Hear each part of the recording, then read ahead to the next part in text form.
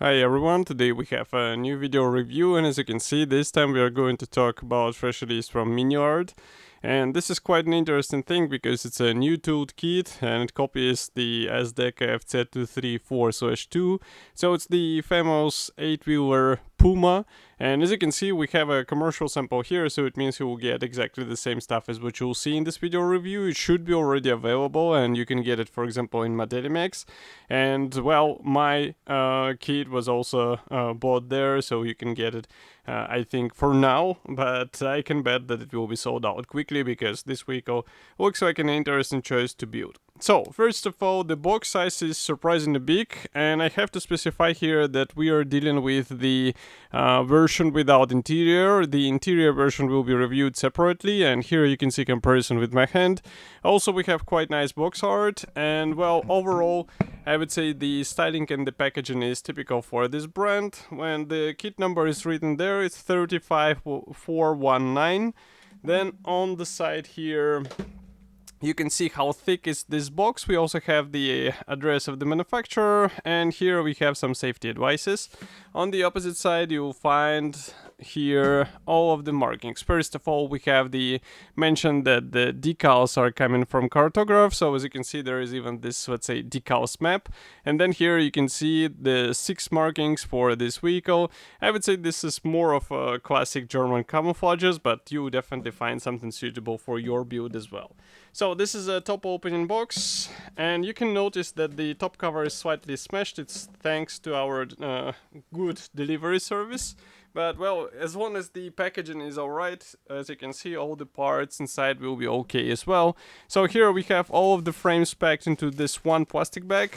They are sealed there, so I'm going to cut through it and we will check closer what is actually included here. And straight away I can see that we have the P parts included, so unlike the recent P47 from the same brand, here we have the P parts included even in the version without interior. But who knows, maybe later we will see the simpler version, or maybe such division by the different editions. It will be reserved only for the aircraft models from this brand. Okay, I'm opening the plastic bag, as you can probably hear, and I think it's worth starting with this one. So it's the envelope which I mentioned. I will just zoom in a bit. So usually here manufacturer or Miniart packs the P parts, and this kit is not an exclusion. So here you can see the unpainted P parts, and there are no other bonuses inside. So these P parts will come handy for external features. Obviously, as I said, there is no interior included, so in case you would like to have the interior, you have to buy the special boxing version of this kit. But in my opinion, some modders will be even happy to get the version without interior, because this way they will be able to focus on the external features instead and not to spend the time trying to assemble all of the interior features, which they later will just close inside. Okay, next I'm opening another plastic bag, and you can guess that the second plastic bag is dedicated to decals and also clear parts. So just move this plastic or P thread a bit aside.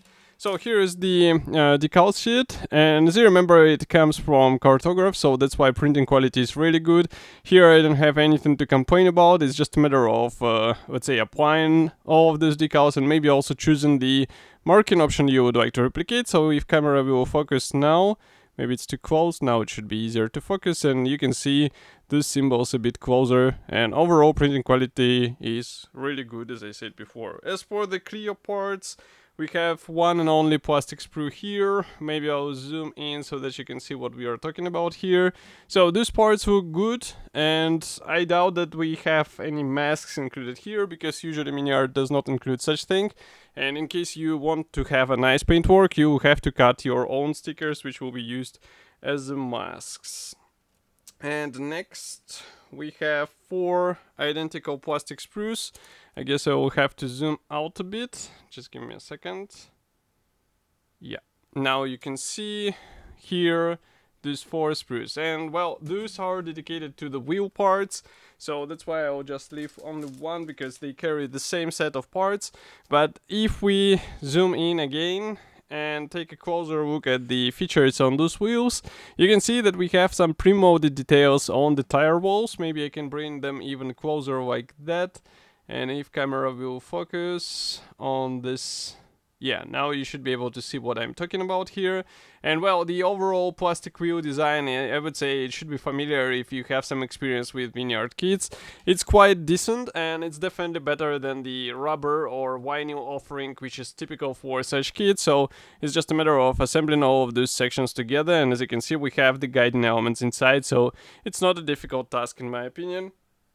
And next, we continue with another narrow sprue. So this is a sprue C. I'm not sure where all of these parts will go, so we will have to check the assembly manual. Maybe I can try to zoom in a bit closer so that you can see what we are talking about here. But overall, molding quality looks really fine. I can also see that the plastic itself is slightly different from what we are used to see in Miniart kits. It looks like this plastic will be a bit more sturdy. So who knows? Then we continue with two identical plastic sprues. Here I'm not sure what is why these parts are here, and I will show in a second why or what exactly I'm talking about. So here you can see some seats are included here, and these are definitely interior parts. So it will be interesting to check how they are being used in this kit. There are also some Pioneer parts or Pioneer tools, and they are molded together with the clamps. And as far as you can see, there are no clamps replacement on the PE parts, but who knows, maybe it's copied some other way. So for this, again, we need assembly manual probably. And next we have something interesting. So this is the first big gray plastic sprue. Here I have to zoom out a bit, and now you can see what we are talking about here. So here we have the hull parts, and well, we even have the separate hatches here. We have the floor panel here, and also I guess that's the engine bay panel. So for the floor panel, I can zoom in a bit. And now you can see what we are checking here. So the pre-molded features are quite nice, so I can get the interior version later in the separate video so that you can see what is installed here. But in today's boxing version, you will get only the floor panel, and it will be hidden inside, so there is nothing extra to add. And as I said before, some modders will be actually happy to learn this. And here from the opposite side you can see some guiding elements. So it's quite a smart design. I don't see any possible issues with such parts division, so it's just a matter of careful assembly more of. And next we continue with the suspension parts. So those are supplied on 4 identical plastic sprues. Yeah, they are. So here are 2 more. And let's zoom in a bit. I will show you what we are talking about here. So as you can see, these parts are separated into several sections. So we have the suspension arms, we also have the brake drums, and we also have some minor elements for the suspension torsion bars, for example, and leaf springs. So all of this stuff will go onto the main chassis. So be ready for this, because it will require some alignment, and also you have to track the overall fitment so that they will not look weird once installed onto the vehicle, but I think it's doable. And well, the final result should be worth it, because as you can see, a lot of things are actually copied out of the box. Another great thing is this sprue. So again, I will just zoom out first, because here we have the turret parts, and also, for example, here are the gun mandlet, some minor parts here. But if we are talking about the turret, if I zoom in here, you can see also these welding seams on the top area, on the top panel. They are looking really great. So it's just a matter of bringing them out with some weathering techniques, and you'll be good to go. Camera does not want to focus closer, so maybe I should show it like this, and you will be able to see what I'm talking about here. And of course we have the separate hatches. This is also a great thing, because with the separate hatches you can place some figurines inside, or maybe even use it for some diorama ideas. Okay, next we have 3 plastic sprues which are dedicated to the jerry cans. I guess this is nothing special, so we can just move on because, well, jerry cans are always handy. It's good that they are added here, but I think there are more interesting things on other sprues. For example, here we have the storage boxes, and as you can see, they should be assembled out of separate panels. If I flip it over here from the opposite side, you can see how they will be assembled together, and I can see that there is no, let's say, open version for these storage boxes, so you won't be able to position them open and place something inside. If we are talking about the top hull section, so here it is. As you can see, coming as a single piece part, we had this engine bay area panel molded separately. We also have all of the hatches molded separately as well. And here inside you have some guiding elements, but they will not be employed in this kit, in this version, because again, it is without interior. Next, we were talking about the main chassis, so here comes the interesting part, because we have some parts for the main chassis as well. So if I zoom out here, you can see what I am talking about. And also we have separate hatches here and there, so that's also quite cool. And last but not the least is this sprue. So here we have the parts, both road wheels, and also I can see some of the stowage bins, bulkheads, suspension parts, and even some drivetrain elements. So all of this included here. Wheels are finished in the same styling as what we saw before, and here you can also see them from the opposite side. Again, the guiding elements are there, so there shouldn't be an issue with installing them. Next, we have the assembly manual. So this one is printed as a color printed brochure, and I just need to close the lenses a bit so that you won't be blinded by this white color. So here on the first page we have the list of the features, and also everything starts with the marking guide, as you can see. So here you can see 2 marking options from summer 1944, and yeah, there is also the spare wheel on the rear part, by the way. Next, we continue with the parts map. So for the parts map, I'm always mentioning that there is no red section showing which parts are unused. So pay attention and use the right parts, because sometimes in Miniart kits you get 2 versions of the same element. And assembly process starts with the lower hull section. So here we assemble the armor external cover, let's say, and then we assemble also the floor, which will be inserted inside.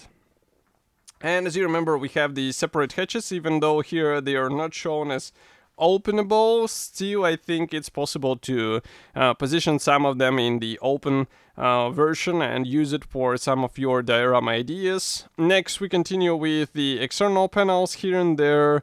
And then we have the suspension arms. So this is actually the drivetrain and suspension being assembled in place.